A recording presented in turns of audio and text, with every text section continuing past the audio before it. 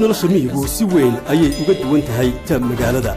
xitaa habka haasaawaha iyo sheekaysiga dhallinyaradu marka ay guurdoonka yihiin ayaa aad u kala duwan haasaawaha miyigu waxa uu ahaan jiray mid qiimo weyn leh dhaqan iyo asluub leh islamarkaasina aan degdeg iyo deelqaaf midnaba aanu ka muuqanin bal aynu eegno masraxiyad kooban oo sawir cadi inaga siinaysa sidii uu u dhici jiray haasaawaha reer guraageennu ama dadka baadiyaha ku noole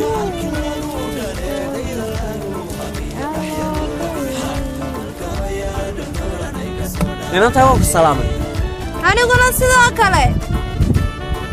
baadi soo fogaatiyo inna sawra xoolaad miyaad saaka aragtay intay sabadaa joogeen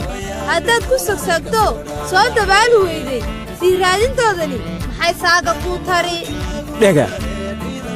oo waa adigan sannaadhee saydhsaydhe hadalkee waa maxay saluugin ha saruugin hadalkee soo kaabi sheekada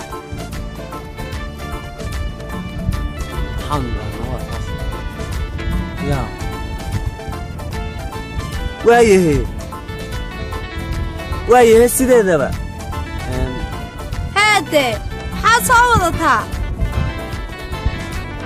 xaajo soo jiranaba sahwi igu abuurto saakaan kuu wadaayo sahan baanu ahay guur oo halkuu ku siman yahay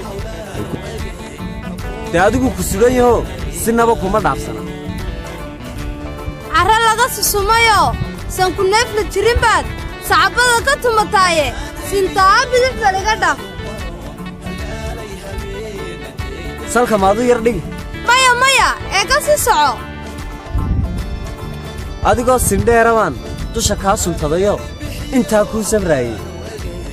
soo noqon labaadiyo ballan sugan u ballisiisi ilan sidan kaaga dhaqaaqi maaye ballana ballan sugan isiisi ballan sugan